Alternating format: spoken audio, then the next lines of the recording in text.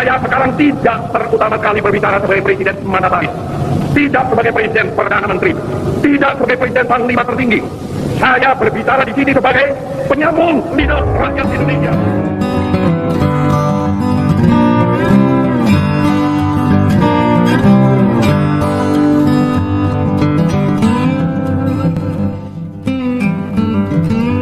Kerugian nasional akibat genosida politik 1965-1966.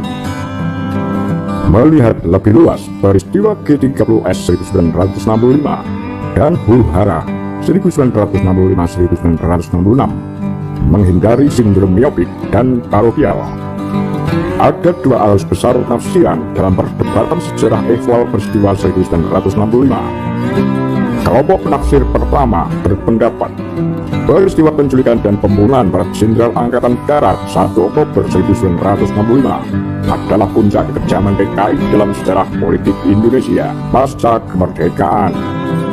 Dalam arus tafsiran itu, kekejaman tersebut melengkapi terbit berontak sejak 1926, 1948 sampai dengan 1965.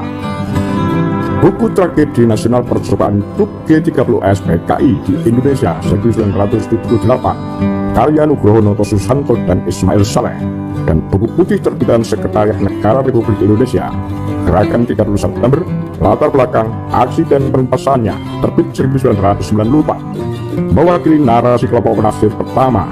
Narasi tersebut diberlakukan secara resmi sebagai satu-satunya kebenaran selama Soeharto berkuasa, mengesampingkan adanya cara pandang dan fakta lain terhadap peristiwa yang sama. Penafsiran lain atas peristiwa 1 Oktober 1965 baru marak sebagai wacana publik setelah kekuasaan Soeharto berakhir. Berembusnya angin berbahan membawa pula keterbukaan bagi banyak pihak, baik para saksi maupun penulis sejarah, untuk mengembangkan narasi lain berbeda dari narasi resmi Orde Baru. Narasi tersebut pada umumnya tak hanya merekonstruksi peristiwa pembunuhan para jenderal pada 1 Oktober 1965, namun juga mengungkap apa yang terjadi setelahnya. Kisah itulah yang umumnya tak terdapat di dalam narasi versi penafsir pertama, yang hanya membahas bagaimana jenderal diculik dan dibunuh serta upaya PKI melakukan kudeta terhadap pemerintahan Soekarno. Karya John Rosa, dari pembunuhan massal, Gerakan 30 September dan kudeta Soeharto, menyodorkan fakta dan tafsiran baru yang memperlihatkan adanya kemungkinan lain dalam tragedi berdarah itu. Sebuah operasi militer yang gagal dan penggunaan peristiwa pembunuhan para perwira Angkatan Darat sebagai alasan menghabisi eksistensi PKI di atas panggung politik nasional. Sebelum karya John Rosa terbit, beberapa kajian lain yang mengungkapkan apa yang terjadi pasca pembunuhan para jenderal pun telah beredar. Saskia Wiringa mengungkap penghancuran Gerakan Wanita Indonesia, Gerwani. Hermawan Sulistyo membahas pembantian massal anggota dan simpatisan PKI di Jawa Timur. Vanessa Herman meneliti operasi penumpasan di Blitar, dan Jess Melvin mengungkap peran militer dalam pembantian massal PKI di Aceh. Bukan hanya studi akademis, seniman pun merekonstruksi narasi peristiwa 1965 berdasarkan cara pandangnya sendiri. Antara lain, film Surat dari Praha 2016 karya Angga Dimas Sasongko mengisahkan kehidupan seorang mahasiswa Indonesia di Praha yang terhalang pulang akibat peristiwa 1965. Film itu mewakili gambaran nasib ribuan mahasiswa yang dikirim semasa pemerintahan Soekarno untuk tugas belajar, lantas terkatung-katung tanpa kewarganegaraan di negeri orang. Titik balik. Setelah Soeharto jatuh, usaha pengungkapan sejarah juga berbareng dengan upaya mendatangkan keadilan buat para penyintas. Lembaga-lembaga advokasi, baik atas inisiatif masyarakat maupun negara, Komnas HAM, dengan caranya masing-masing memperjuangkan hak-hak korban dan penyintas yang selama ini diperlakukan secara diskriminatif oleh Orde Baru. Namun upaya mengungkap sejarah dan advokasi terhadap penyintas seringkali dituduh sebagai kerja politik mendirikan kembali PKI. Kecurigaan tersebut muncul karena ingatan khalayak hanya mengacu pada versi monotafsir Orde Baru tanpa membuka diri terhadap versi lain. Bahkan akhir-akhir ini, penggunaan isu komunisme yang dilakukan dalam rangka hajat politik pilkada dan pilpres turut melanggengkan stigma negatif komunisme. Beredar luasnya isu kebangkitan jutaan anggota PKI, keberadaan kantor PKI, sampai dengan gosip kemunculan ketua PKI baru bernama Wahyu Setiaji membuktikan ketidakmampuan sebagai pihak dalam melihat peristiwa 1965 secara lebih luas dan menyeluruh dari sekadar kontestasi politik komunis versus anti-komunis di masa lalu. Padahal kenyataan sejarah jauh lebih rumit dari sekadar pemahaman yang serba hitam putih. Sindrom miopik dan parokial juga mewabah ke ruang-ruang diskusi peristiwa 1965-1966. Silang pendapat terjadi pada seputar kuantitas korban tewas serta skala penderitaan yang ditimbulkan akibat genosida 1965-1966.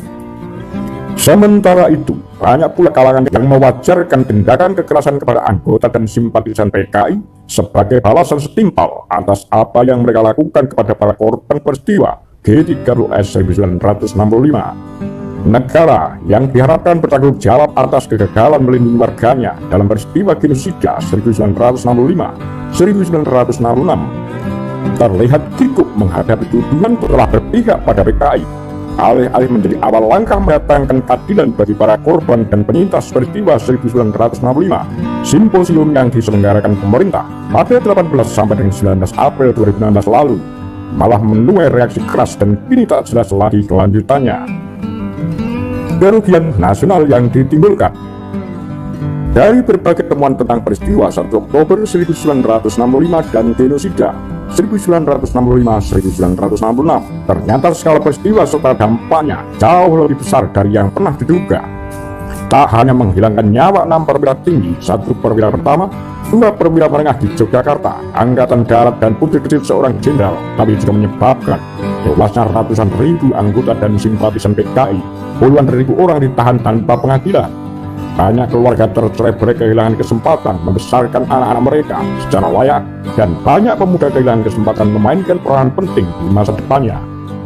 Sejarawan UGM Universitas Gadjah Mada, Abdul Wahid, yang kini telah meneliti dampak peristiwa G30S 1965 di berbagai universitas di Indonesia, menemukan fakta adanya genosida intelektual.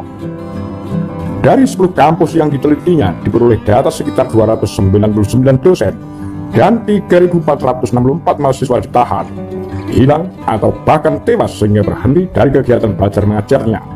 Intelektual kiri UGM menempati urutan pertama yang paling banyak disingkirkan, meliputi 115 dosen dan 3.006 mahasiswa. Selain dosen dan mahasiswa, dalam disertasinya tentang standarisasi pendidikan guru sekolah di Indonesia mulai 1893 hingga 1969, sejarawan UGM Agus Wignya menemukan pula fakta hilangnya guru-guru sekolah yang berafiliasi kepada PKI. Akibatnya, banyak murid sekolah kehilangan guru-gurunya yang kritis serta memiliki kesadaran politik. Sebagian besar mereka tergabung dalam organisasi PGRI non-fak sentral yang dinyatakan terlarang berdasarkan keputusan nomor 85 program 1966 yang ditandatangani Soeharto pada 30 Mei 1966. Kesempatan untuk mengabdikan ilmu pengetahuan di tanah air juga terhambat bagi para pemuda yang sebelum 1 Oktober 1965 berangkat tugas belajar ke luar negeri. Mereka mendapatkan beasiswa ikatan dinas dari Kementerian Perguruan Tinggi dan Ilmu Pengetahuan (PTIP) atau dari jabatan kerjanya masing-masing, terpaksa mengurungkan niatnya pulang untuk menghindari penangkapan. Banyak dari ex-mahasiswa ikatan dinas mahir yang akhirnya bekerja di luar negeri mengamalkan ilmu dan keterampilannya untuk negeri orang. Tak hanya di bidang pendidikan, genosida 1965-1966 berdampak negatif bagi gerakan buruh. Sebagian besar buruh yang berafiliasi dengan PKI di penjara, hilang atau bahkan tewas atas tuduhan terlibat peristiwa G30S 1965. Berdasarkan keputusan nomor 85/1966, ada 62 organisasi serikat buruh di bawah Sentral Organisasi Buruh Seluruh Indonesia (SOPSI) yang dibubarkan dan dinyatakan terlarang. Kegiatan kesenian dan kesusastraan yang dinamis, penuh kontestasi ide sebagaimana yang pernah terjadi pada era 1960-an, harus berakhir tragis karena sebagian besar seniman dan sastrawan kiri ditahan bahkan terbunuh. Pertarungan ide berakhir dengan pemenjaraan karya-karya sastra buah tangan sastrawan terkemuka Pramudia Anantatur, harus dibaca secara sembunyi-sembunyi di bawah ancaman subversif selama Soeharto berkuasa.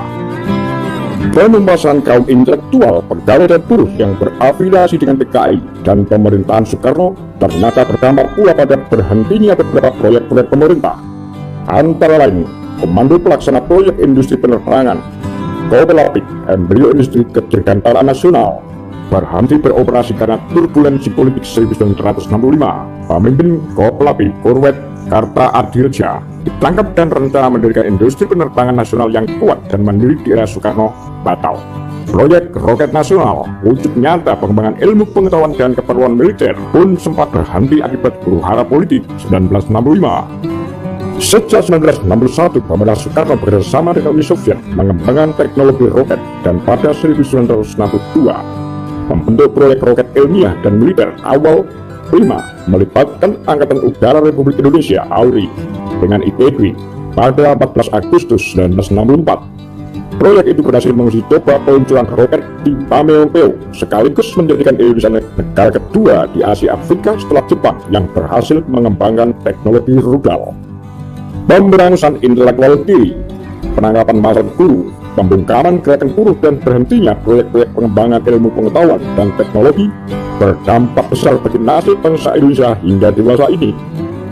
Dalam soal penyingkiran intelektual misalnya, menurut Abdul Wahid, Indonesia telah kehilangan satu generasi intelektual produk periode 1950-an yang kosmopolitan dan liberal. Budaya intelektual dan tradisi kritis menurun, sementara aktivisme politik mahasiswa dibatasi dengan ketat.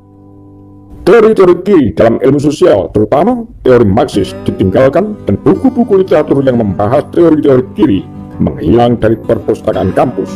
Sebagai konsekuensi, pemberlakuan TAP MPRS nomor 25 1966 serta dengan hilangnya tradisi intelektual kritis di berbagai kampus di Indonesia mengacu pada penelitian Agus Wigno. Penurunan kualitas di kehidupan intelektual pun terjadi di kalangan guru sebagai akibat standarisasi profesi guru yang apolitis semasa Orde Baru. Indonesia setelah kudeta 30 September harus menghadapi kehilangan sejumlah besar intelektual dan guru sekolahnya. Beberapa dekade selanjutnya setelah tragedi itu, tak seperti pendahulu mereka yang menikmati sekolah di era 1960-an, orang-orang Indonesia yang terdidik tumbuh secara apolitis dalam pengertian mereka harus mengambil cara untuk terlibat aktif dalam proses perubahan sosial. Sekolah dan universitas yang seharusnya menciptakan manusia-manusia merdeka dan kritis dalam berpikir serta turut aktif di dalam setiap perubahan sosial yang hari kian berorientasi pada pasar. Lulusan universitas semata bertujuan untuk memenuhi kebutuhan tenaga kerja yang dibutuhkan oleh industri. Walhasil, hanya anak muda memilih jurusan yang paling diminati pasar tenaga kerja ketimbang mendalami ilmu pengetahuan dengan alasan minat dan kecintaan. Tingkat literasi masyarakat Indonesia merosot tajam. Data 2016, Indonesia menduduki peringkat 60 dari 61 negara, setingkat lebih tinggi dari Botswana.